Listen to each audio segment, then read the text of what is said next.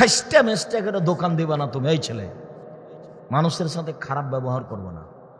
ভুল করেছে করেছে, কোনো সময় যে জিনিস কিনতে এসেছে তার সাথে খারাপ ব্যবহার দেখাবা না, নইলে দেখবা 6 মাস পরে তোমার দোকানটাই নাই। বলতে পারো বায়তুল মোকাররমের চতুর্দিকে কাপড় বিক্রি হয়, তোরা 3 জন বিক্রি করছে পাঞ্জাবি, তো একজন বলছে পাঞ্জাবি, আরেকজন বলছে 3000, তো সন্ধ্যা পর্যন্ত বিক্রি করলো। এখন বাড়ির দিকে যাচ্ছে আর বলছে যে আজকে লাভ হয়েছে না, 3000টা 300 টাকাটা দাম, 300 টাকাটা 3000-এ বিক্রি করেছে। আরেকজন বলছে আরে না না, ওটা 300 নয় তো, ওটা তো 150 টাকা ছিল। তাই তোর বিশাল লাভ, তাহলে তো খুব লাভের কথা বলছে আর বাড়ি যাচ্ছে। বিশ্বাস করেন আপনি 3 থেকে 6 মাস পরে দেখবেন দোকানটাই নাই। টাকা কোথায় গেল? সদাচরণ ছাড়া টাকা বাড়বে না। যার বাড়ছে কিভাবে বাড়ছে সেটা আসবে একটু পরে। আপাতত আরেকটা কথা আছে, বয়স বেশি হতে পারে, টাকা বেড়ে যেতে পারে, ভাগ্যে যা আছে তা কেটে লিখে দেওয়া হবে। আল্লাহ রাসূল বলছেন লায়ারদুল কাজা ইল্লা বিদুআ ওয়া ইয়াজিদু ফিল ইমরাবিল বির, মানুষের ভাগ্য পরিবর্তন হয় না দোয়া ছাড়া, মানুষের বয়স বেশি হয় না ভালো আচরণ ছাড়া। এই ছেলে বলো দেখি, মানুষের ভাগ্য কেটে নতুনভাবে লেখা হবে কি দিয়ে? সদাচরণ আর দোয়া। করোনা হয়েছে, আমি তো করোনার 5 পয়সা দাম দিইনি। আমি করোনার প্রথমই ঘোষণা দিয়েছিলাম যে কারো যদি করোনা হয় তার একসাথে আমি খেতে বসবো, একসাথে খাবো এক প্লেটে। আর কেউ যদি করোনায় মারা যায় আমি তার গোসল দিব, জানাজা দিব, কাফন দাফন করব।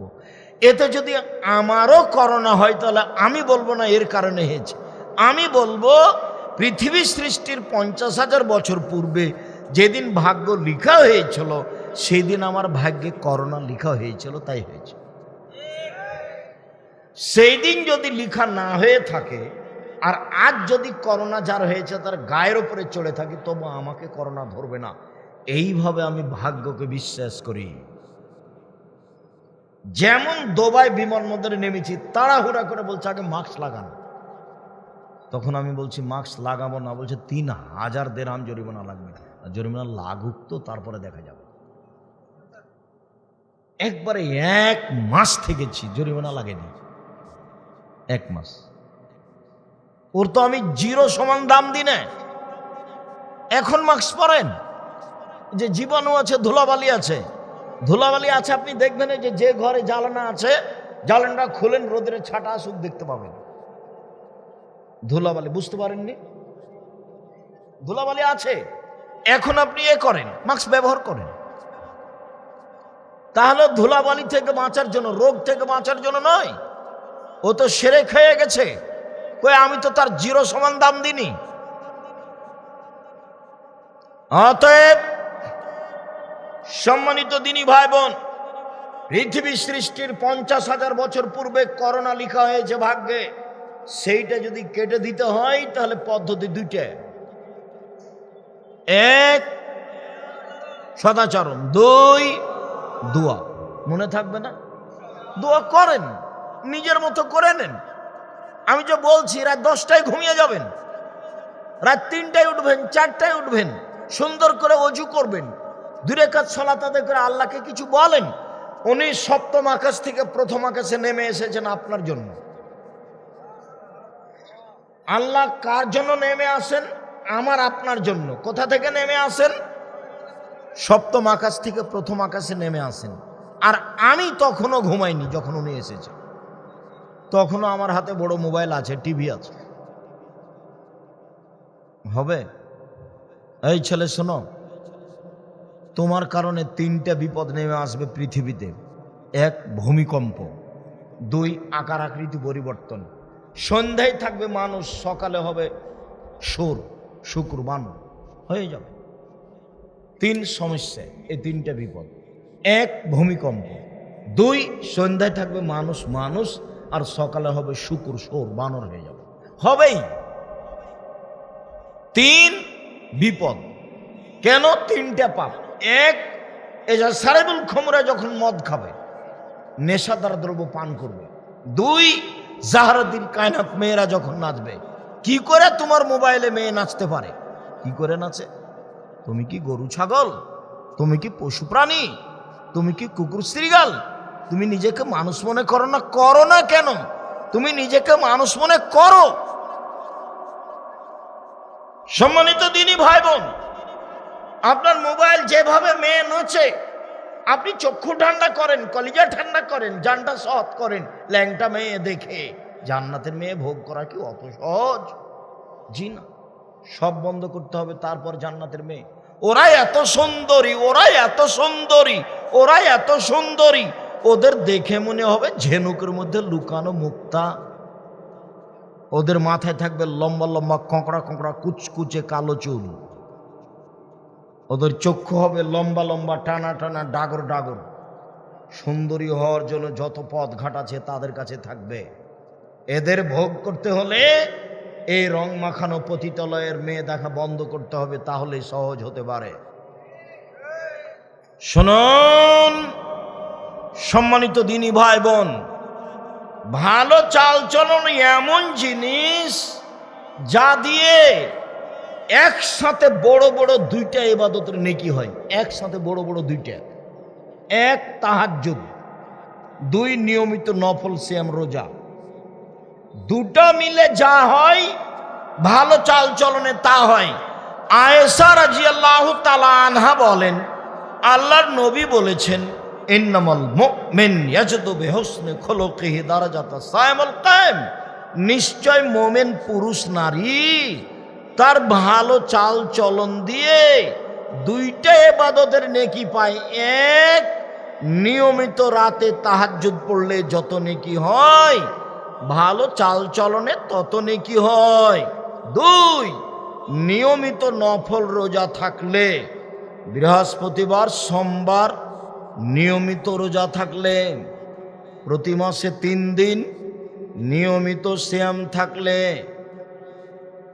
মুহররমের 2 দিন নিয়মিত সিয়াম থাকলে, আরাফার 1 দিন নিয়মিত সিয়াম থাকলে, শাওয়ালের 6 দিন নিয়মিত সিয়াম থাকলে, জুলহিজ্জার 9 দিন নিয়মিত সিয়াম থাকলে, শাবানের 1 থেকে 15 দিন নিয়মিত সিয়াম থাকলে, এইসব সিয়ামে যত নেকি হয়, ভালো চাল চলনে তত নেকি হয়।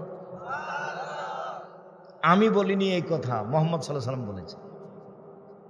নিয়মিত তাহাজ্জুদ, রাত 2টা 3টে উঠে তাহাজ্জুদ, এই কষ্টকর কাজে জানে কি হয়, ভালো চাল চলনে তাই না। ভালো চাল চলন কি জিনিস? আপনি দল সংগঠন, দলীয় ক্ষমতা, মতবাদ, বিদ্যা বুদ্ধির গর্ব করলে আপনার ভিতরে সদাচরণ থাকবে না। নিশ্চিত আপনি একজনকে ভালোবাসবেন আর একজনকে খারাপ বাসবেন। চাঁপাইনবাবগঞ্জের ভাষা মনে রাখবেন, আপনার বাবারও ক্ষমতা না, আপনি ভালো চালচলন করতে পারবেন না। এটা স্বাভাবিক গতি, এটা স্বাভাবিক গতি। হিংসায় জ্বলে যাবেন আপনি।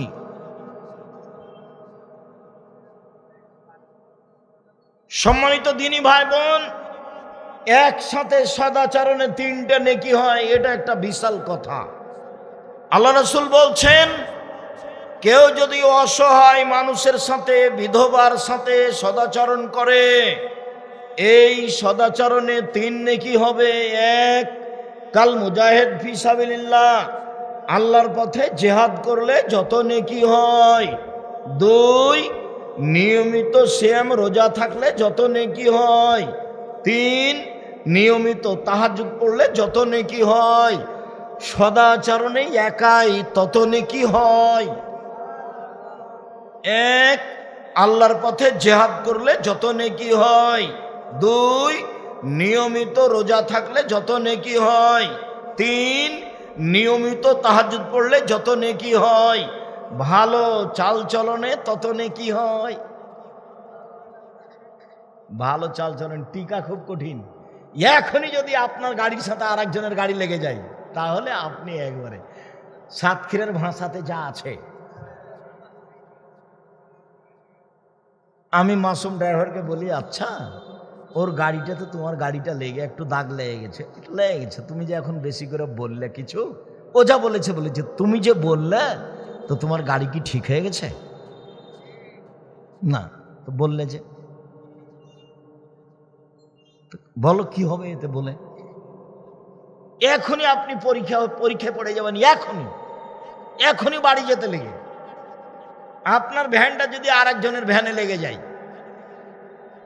তাহলে আপনাকে দেখা যাবে সদাচরণ। 1 মিনিট, সদাচরণ কি জিনিস একটু বাস্তব দেখাই। এমনি তো মানুষে বলে কাকডাঙ্গার অমুক ছেলেটা খুব ভালো, হ্যাঁ আসলেই ভালো, তার ব্যবহারটা খুব ভালো, আসলেই ভালো গো, একদিন দেখা হয়েছিল, খুব ভালো কথা বলছে, এই যে ভালো চাল চলন। কাকডাঙ্গার ওই ছেলেটা খুবই খারাপ, একবার দুনিয়ার শয়তান, ওর মুখখানি খারাপ। তখন আর একজন বলছে ওর কথা বলো না তো, ওর দিকে আমি তাকাই না, এত ঘৃণা লাগে। এই দেখেন খারাপ চাল চলন আছে, মানুষে বুঝতে পারে। এবার বাস্তব দেখাই, ওখানে একটা অটো দাঁড়িয়ে আছে, আপনি বসে আছেন, আমি গিয়ে উঠেছি, আমি উঠে বসিনি, ছেলেটা অটো টান দিয়েছে, আমি আপনার মুখের উপরে পড়ে গেছি ধাক্কা খেয়ে। এবার আপনি বলছেন বসেন বসেন বসেন, সমস্যা নেই, বসেন বসেন, সমস্যা নেই। এটা একটা। আপনি বলছেন হ্যাঁ কপালে চোখ নাই, হিসাব করে উঠেন না, দেখতে পান না আপনি? এটাও চালচলন, আগেরটাও চালচলন, বলেন কোনটা ভালো?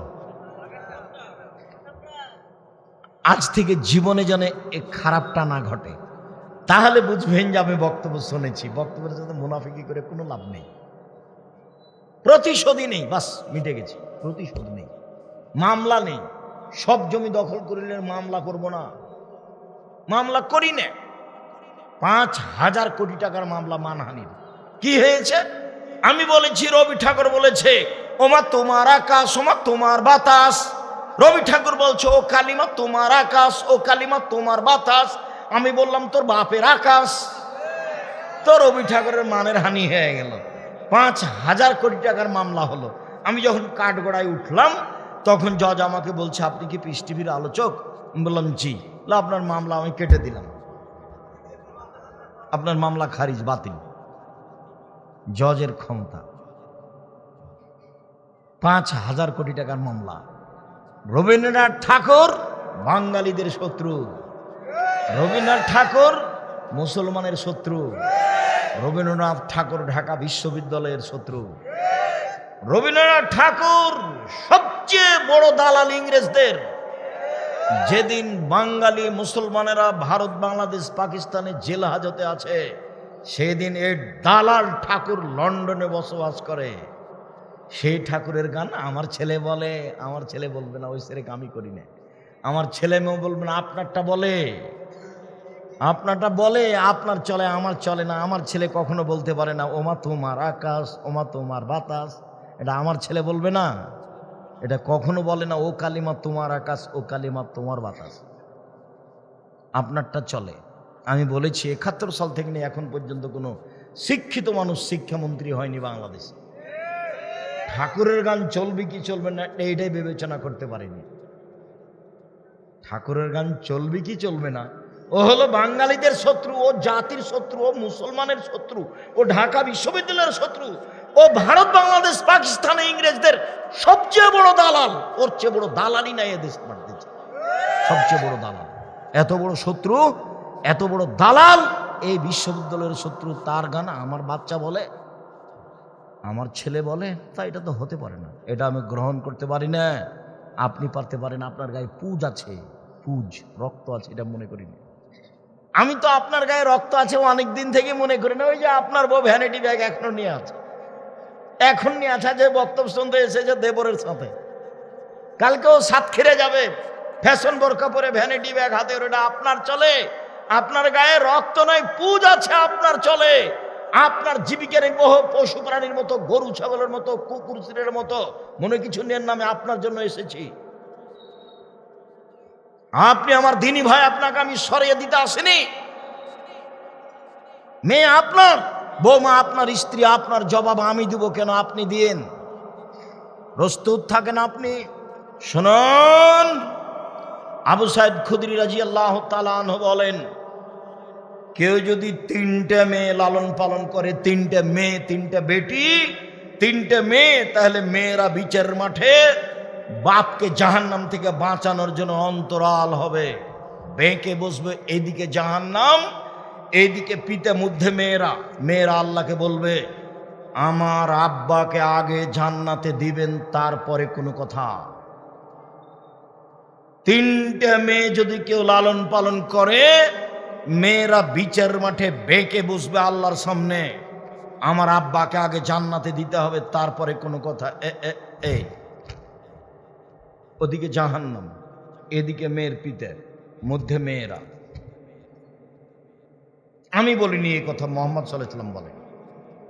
কিভাবে লালন পালন মেয়ে তিনটে কিভাবে? এক, আল্লামাহুন্না, মেয়েকে বিদ্যা শিখিয়ে দিল। দুই, আদ্দাবাহুন্না, মেয়েকে শিষ্টাচার শিখিয়ে দিল।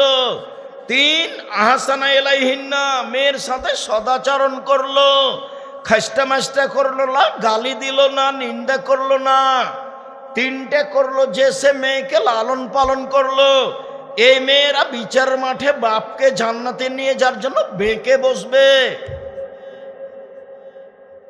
এক, বিদ্যা শিখালো, সব কম বেশি সবাই বুঝে। দুই, সদাচরণ করলো, কম বেশি সবাই বুঝে।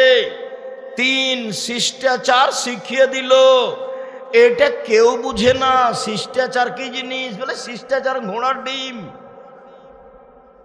শিষ্টাচার কি জিনিস আপনি বলেন দেখি।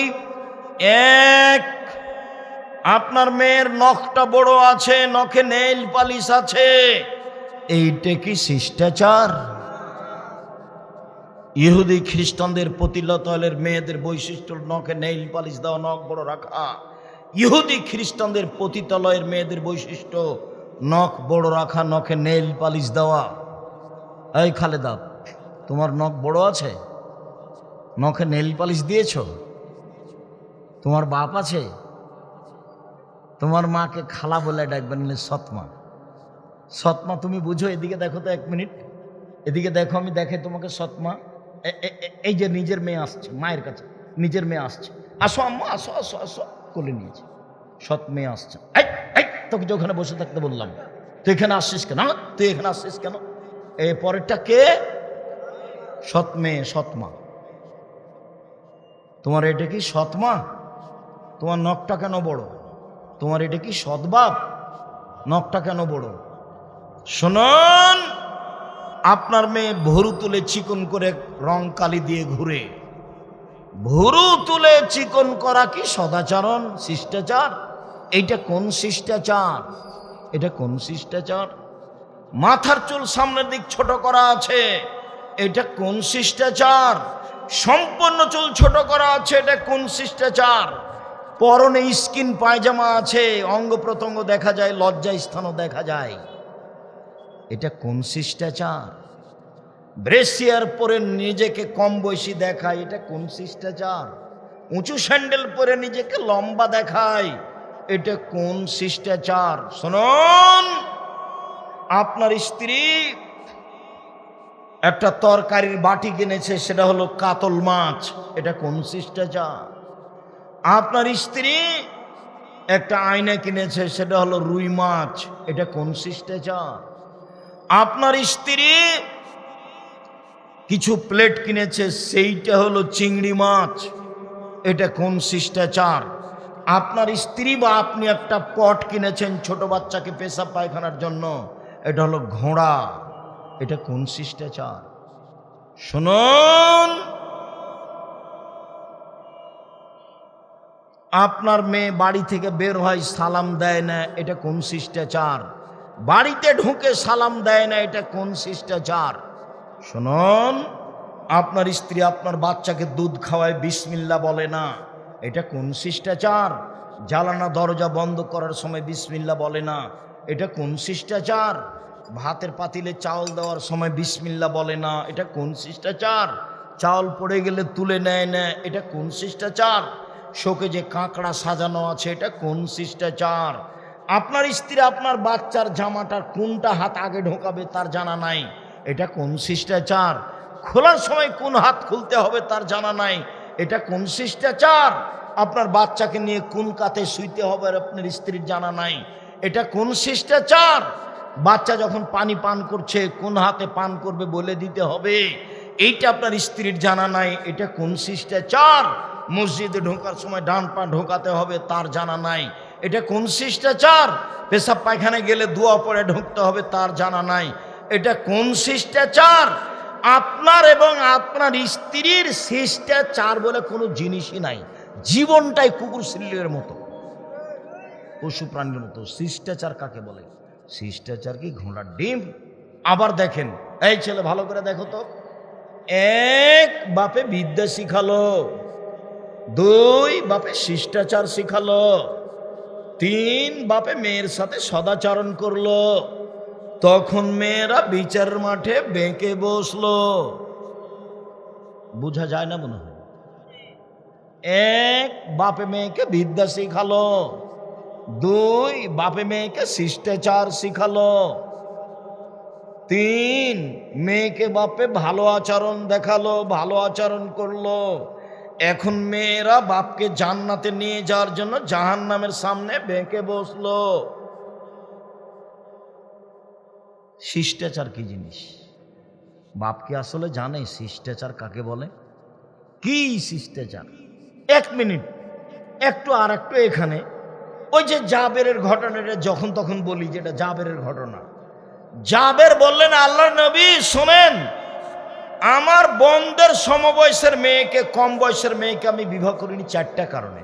আল্লাহ নবী শোনেন, আমার আব্বা শহীদ হয়েছেন 9 জন মেয়ে রেখে, 9 জন মেয়ে, ওরা ছোট ছোট মেয়ে, ওদের মতো কম বয়সের কম বুদ্ধির মেয়েকে আমি বিবাহ করিনি, বড় তালাক প্রাপ্ত মেয়েকে বিবাহ করেছি চারটা কারণে। এক, লে তুয়াল্লে মাহুন্না, আমার স্ত্রী যেন আমার বোনদেরকে বিদ্যা শিখাতে পারে। দুই, বলে তুয়াদ্দে বাহুন্না, আমার স্ত্রী যেন আমার বোনদেরকে শিষ্টাচার শিখাতে পারে। তিন, বলে তুরাজ্জেলাহুন্না, স্ত্রী যেন আমার বোনদের মাথার চুল চিরুনি করে সাজগোজ করে পরিপাটি করে রাখতে পারে। চার, বলে তাকুমা আলাইহিন্না, আমার স্ত্রী যেন আমার বোনদের উপরে পাহারা দিতে পারে। এই হাদিসেও আছে শিষ্টাচার। শিষ্টাচার কি জিনিস? সম্মানিত দিনী ভাই বোন, গোটা জীবনটাই শিষ্টাচার। এখন বসে আছে আপনার মেয়ে ফ্যাশন বোরকা পরে, এটা কি শিষ্টাচার? সেই জোহর থেকে দোকানে দোকানে ঘুরছে, এটা কি? এখনো দাঁড়িয়ে আছে দোকানের সামনে, ক্লাস 10-এ পড়ে, 8ম শ্রেণীতে হাইজ হয়েছে, বিবাহ হলে 2টা বাচ্চা হতো, এখনো দোকানের সামনে আছে। শোনেন, আপনারও তো বাপ, আমি বেঁচে থাকা চাইনি। বাপ দেখবেন? 1 মিনিট, এই ছেলে রেডি হও তো, 1 মিনিট বাপ দেখায়। বাপ কাকে বলে? 1 মিনিট আপনি একটু দেখেন, এই দেখেন বাপ। কি হয়েছে আবু বকর সিদ্দিক জানেন? কি হয়েছে? আরে আমরা আটকা পড়েছি তো, এখানে পানি নেই তো, অজুও করতে পারি না, সালাত আদায় করতে পারি না। ঘটনা কি? আরে ঘটনা, আপনার মেয়ে হার হারিয়েছে, আয়েশার হার হারিয়ে গেছে, আমরা যেতে পারি না, এখানে পানি নেই, অজুও করতে পারি না, বড় বিপদে পড়েছি তাই। আরে এত বোকা মেয়ে, এই যে রাগ করে আসলেন, এসে যে অবস্থাতে মেয়েকে পেলেন, এ অবস্থা যদি আমরা দেখি, বাপে যদি এ অবস্থা দেখে, তাহলে তাড়াহুড়া করে ফিরে যাব। কি দেখেছে? এসে দেখছে যে মেয়ের উরু রানের উপরে জামাই মাথা দিয়ে শুয়ে আছে। বলেন তো মেয়েকে কি অবস্থায় দেখলেন? মেয়ের উরু রানের উপরে মাথা দিয়ে কে ঘুমিয়ে আছেন? জামাই, মোহাম্মদ সাল্লাল্লাহু আলাইহি ওয়াসাল্লাম। আগে জামাই হোক, তারপরে। এইবার বলি, সবচেয়ে বড় মানুষ তার মেয়ের উরু রানের উপরে মাথা দিয়ে ঘুমিয়ে আছে, আর সবচেয়ে বড় মানুষ মহিলা, তার মেয়ের উরু রানের উপরে মাথা দিয়ে ঘুমিয়ে আছে। আসলেন সবচেয়ে বড় মানুষ, পৃথিবীর সবচেয়ে বড় মানুষে মারলেন, আবু বকর সিদ্দিক মারলেন। নবী রাসূল নির্বিশেষে, নবী রাসূল ব্যতীত পৃথিবীতে সবচেয়ে বড় দামি আবু বকর সিদ্দিক রাদিয়াল্লাহু তাআলা সবচেয়ে বড় মানুষে মারলেন, সবচেয়ে বড় মানুষের সামনে মারলেন, সবচেয়ে বড় মহিলাকে মারলেন, বিবাহদারী মেয়েকে মারলেন, পূর্ণ যুবতী মেয়েকে মারলেন, জামাইয়ের সামনে মারলেন, দিন দুপুরে মারলেন, খোলা মাঠে মারলেন, 1400 মানুষের সামনে মারলেন, সবচেয়ে বড় মানুষে মারলেন, সবচেয়ে বড় মানুষকে মারলেন, সবচেয়ে বড় মানুষের সামনে মারলেন। আবু বকর সিদ্দিক রাদিয়াল্লাহু তাআলা আনহু মারলেন, আয়েশা রাদিয়াল্লাহু তাআলা আনহাকে মারলেন, মুহাম্মদ সাল্লাল্লাহু আলাইহি সাল্লামের সামনে মারলেন, হাত দিয়ে মারলেন। এত বড় বাপে এত বড় বেটিকে এত বড় মানুষের সামনে, হাজারো মানুষের সামনে মেরে দিলেন। ভুল কোথায় গলার হারখান হারিয়ে গেছে খেয়াল করেননি, এই ভুলের কারণে বাপে মেরে দিলেন। আর আপনার মেয়েটা ইন্টার পাস করে এসেছে, জোহর থেকে দোকানের সামনে ঘুরে বেড়াচ্ছে, এখনো জিলাপি কিনছে। আপনি তাকে ধমকও দিতে পারেন না, আপনি আবার বাপ। ছি ছি ফু। আপনার মতো বাপ বেঁচে থাকা আমি আব্দুর রাজ্জাক বিন ইউসুফ চাইনি। আপনি মারা গেলে কোনো আসে যায় না, আমি এতিম লালন পালন করি, 519 জন এতিম আছে, আপনার মেয়েও থাকবে ইনশাআল্লাহ। জামিয়া সালাফে কতজন এতিম আছে? 519 জন। 519 জন খালি এতিমই আছে। দেশের সর্ববৃহৎ প্রতিষ্ঠান। আগামী বৃহস্পতিবার, পরশু বৃহস্পতিবার শুক্রবার সম্মেলন আছে। পাকিস্তানের মৌলানারা থাকবেন ইবতেসাম এলাহি জহির, এহসান এলাহি জহিরের ছেলে থাকবে ইবতেসাম এলাহি জহির, থাকবেন সৌদি আরবের, থাকবেন নেপালের, থাকবেন ভারতের, থাকবেন বাংলাদেশের। জামিয়া সালাফের রূপগঞ্জ নারায়ণগঞ্জ ঢাকা, যেটা প্রায় 100 বিঘা জমির উপরে অবস্থিত। আগামী বৃহস্পতিবার আসরের পরে আমি আপনাদের সামনে কথা বলবো ইনশাআল্লাহ। ইবতেসাম এলাহি জহির, এহসান এলাহি জহিরের ছেলে এখন ঢাকায় অবস্থান করছেন। সময়ের গতিতে আপনাদের সামনে আসবেন ইনশাআল্লাহ। আমি আপনাদের কাছের মানুষ হিসাবে সামনে বৃহস্পতিবার শুক্রবার ঢাকা জামিয়া সালাফের মাঠে উপস্থিত হওয়ার জন্য অনুরোধ জানাচ্ছি। দেখতে পাবেন বিশাল এরিয়া, 22 বিঘা জমির উপরে মেয়েদের সেকশন, মেয়েদের অংশ। কতখানি জমির উপরে? 22 বিঘা, 33 শতকের বিঘায় 22 বিঘার উপরে শুধু মেয়েদের অংশ। কোথায় মসজিদ তৈরি হচ্ছে দেখতে পাবেন। 1 মিনিট দেখালাম বাপ কাকে বলে, এক খেলে চেয়ে থাকবেন।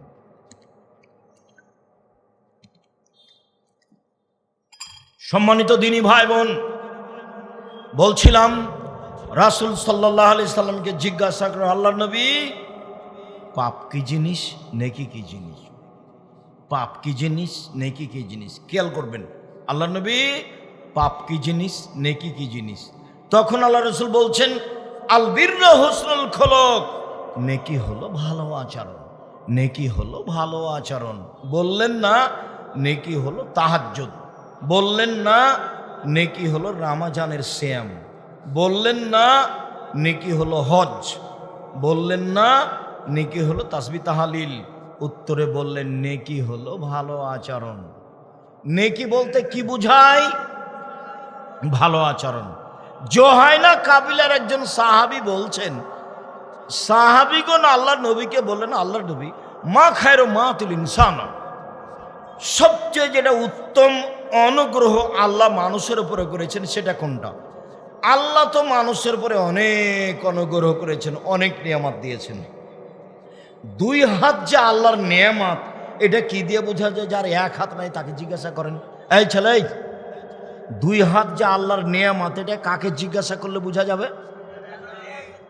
2 পা যে আল্লাহর নিয়ামত, যার 1 পা নাই তাকে জিজ্ঞাসা করলে বোঝা যাবে যে 2 পা কত বড় নিয়ামত। তো এখন জিজ্ঞাসা হলো, আল্লাহ নবী বলেন তো সবচেয়ে দামি নিয়ামত কোনটা, সবচেয়ে বড় নিয়ামত কোনটা, সবচেয়ে উত্তম নিয়ামত কোনটা? তখন আল্লাহ রাসূল বললেন, আল হুসনুল খুলুক, ভালো আচরণ। মনে থাকবে কি? নেকি বলতে কি বুঝায়? ভালো আচরণ। সবচেয়ে বড় নিয়ামত বলতে কি বুঝায়? ভালো আচরণ। এবার চলেন, আবু হুরায়রা রাদিয়াল্লাহু তাআলা আনহু বলেন, রাসূল সাল্লাল্লাহু আলাইহি সাল্লাম বলেছেন, একদা আল্লাহ তাআলা বললেন, এই সদাচরণ শোন। আল্লাহ বলছেন, এই সদাচরণ শোন, মান ওয়াসালাকে ওয়াসালতুহু, তোমাকে যে নিবে আমি আল্লাহ তাকে নিব, তোমাকে যেই ছেড়ে দিবে আমি আল্লাহ তাকে ছেড়ে দিব। যার সদাচরণ আছে তার আল্লাহ আছে, যার সদাচরণ নেই তার আল্লাহ নেই। তাহলেও কিভাবে বেঁচে থাকে? হিন্দু যেভাবে থাকে। হিন্দু খেতে পায় না? পায় তো। তো যার সদাচরণ নাই, দলীয় দাপটে একে মারে ওকে মারে, জেল হাজতে দেয় আর মিছিল বের করে, রাস্তাঘাট বন্ধ করে রাখে। আজকে রাস্তাঘাট বন্ধ ছিল প্রায় ঘন্টা মতো, ঈশ্বর দিতে। আর একটু আগে আসতে পারতাম। আল্লাহ যেটা করেন কল্যাণের জন্য করেন, কোন কল্যাণ ছিল আল্লাহই ভালো জানেন। শুনুন, সদাচরণ রূপরেখা আছে।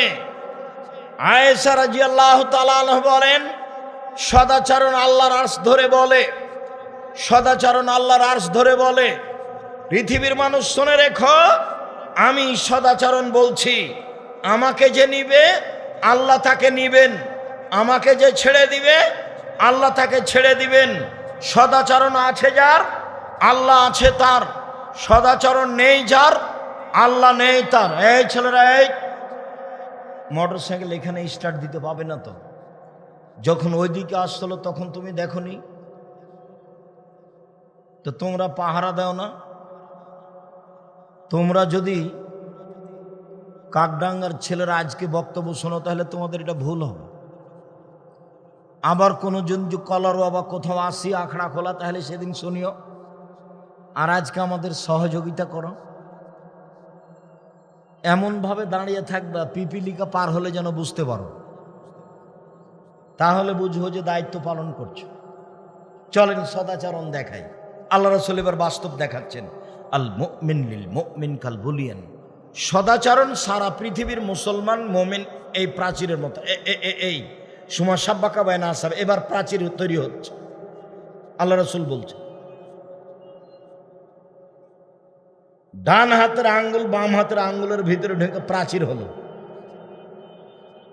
সব মোমেন পুরুষ নারী এরকম। একজন আর একজনকে তো সহ্যই করে না। তে কি মোমেন? জি না। কবে কেটে গেছে, তার মুখখানি খারাপ, তার ভাষাই খারাপ, সে একটুকু আর একজনকে সহ্য করে না।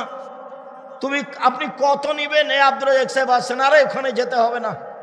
কতজন আছে বলার? এই ছেলে, আল্লাহ তুমি মাফ করো, অহংকারও করিনি, গৌরবও করিনি, আল্লাহ তুমি মাফ করো, হকটা বলছি।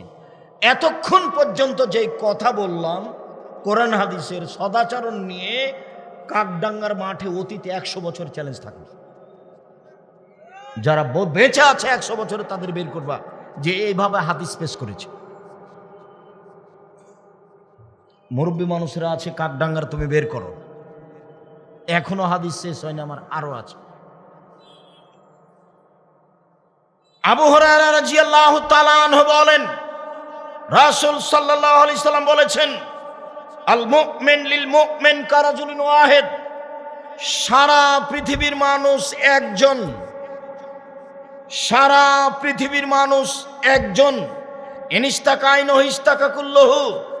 চোখ ব্যথা হলে সারা শরীর ব্যথা হয়, মাথা ব্যথা হলে সারা শরীর ব্যথা হয়।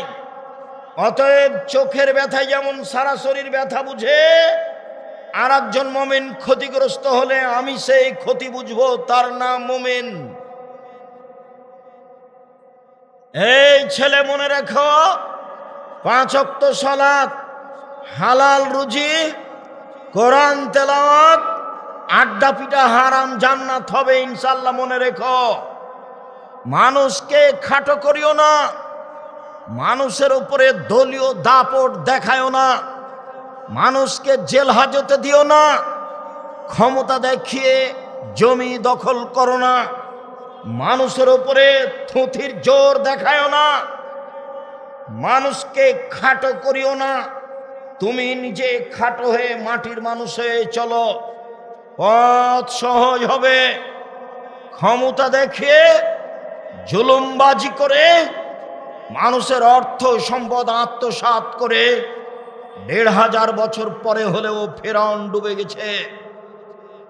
তোমাদের নেত্রীর মাত্র সময় ছিল ৪৫ মিনিট। তোমার এতে শিক্ষা নেওয়া উচিত। শুনুন সম্মানিত দ্বীনি ভাই বোন, রাসূল সাল্লাল্লাহু আলাইহি সাল্লামের পদ্ধতিতে আসেন, বেঁচে থাকা সহজ হবে। রাসূল সাল্লাল্লাহু আলাইহি সাল্লাম বলেন, একটা লোক এসে বলছে, আল্লাহর নবী আমি যে ভালো মানুষ আমি কি দিয়ে বুঝবো? আল্লাহর নবী আমি যে খারাপ মানুষ তা আমি কি দিয়ে বুঝবো? তখন আল্লাহ রাসূল বলছেন, তোমার প্রতিবেশী যখন বলবে তুমি ভালো তখন তুমি ভালো, যখন তোমার প্রতিবেশী বলবে তুমি খারাপ তখন তুমি খারাপ। নেন এবার কে আপনাকে ভালো বলবে আর কে আপনাকে খারাপ বলবে? আর কোনোদিন বউকে গালি দিবেন না। বউকে আদর করতে হয়, ঘেরে রাখতে হয়, ঢেকে রাখতে হয়। ওরা এত আদরের, ওরা এত আদরের, ওরা এত আদরের, ওরা হচ্ছে বগুড়া সোনাতলার হাটার আদরের মালসা। ওদের ঢেকে রাখতে হয়, ওদের ঘেরে রাখতে হয়, ওদের আদর করতে হয়। গালি দিবে না, নিন্দা করবেন না, তালাক শব্দ মুখে আনবেন না। প্রতিবেশী সবার সাথে ভালো আচরণ করবেন। যেই কথা বলে না তার সাথে জোর করে আগিয়ে গিয়ে কথা বলবেন। সদাচরণ দেখাতেই হবে যে কোনো মূল্যে, সদাচরণ দেখাতেই হবে যে কোনো মূল্যে। সদাচরণ এক, সচ্ছল অসচ্ছলে দান করবে। সদাচরণ দুই, রাগ দেখাবে না। সদাচরণ তিন, মাপ মাপ মাপ মাপ। সদাচরণ চার, যে গালি দিয়েছে তার জন্য আল্লাহর কাছে ক্ষমা চাইবেন, যে গালি দিয়েছে। সম্মানিত দ্বীনি ভাই বোন, আমি বুঝতে পারছি রাত লম্বা হয়ে গেছে আর পথ অনেক আছে। আমি ক্লাস ধরবো, মনে কিছু নিয়ে নেই ইনশাআল্লাহ। আজকের জন্য, এই ছেলে থামো, আজকের জন্য আবদুল্লাহর বই আছে ফিলিস্তিন, আর এখন আবদুল্লাহ সম্পাদকীয় লেখা আল ইতিসাম পত্রিকার দেশের সবচেয়ে ভালো মানের 50টা প্রশ্নের উত্তরে পত্রিকা। 12 জন বড় বড় মুফতি দিয়ে ফতোয়া দেখে 50টা প্রশ্নের উত্তর আছে। একটা পত্রিকা ফ্রি আছে অন্যান্য পত্রিকার বই পুস্তকের সাথে। সব বই পুস্তকগুলি নেওয়ার জন্য অনুরোধ জানিয়ে, আল ইতিসাম পত্রিকা নেওয়ার জন্য অনুরোধ জানিয়ে, ফ্রি একটা করে পত্রিকা আছে সেটা সংগ্রহ করার অনুরোধ জানিয়ে, সাদাচরণ সদাচরণ যে কোনো মূল্যে ভিতরে আনতেই হবে, এই জোরালো দাবি রেখে আজকের মতো কথা এখানে শেষ করলাম। সুবহানাকাল্লাহুম্মা ওয়া বিহামদিকা আশহাদু আল্লা ইলাহা ইল্লা আনতা আস্তাগফিরুকা ওয়া আতুবু ইলাইক।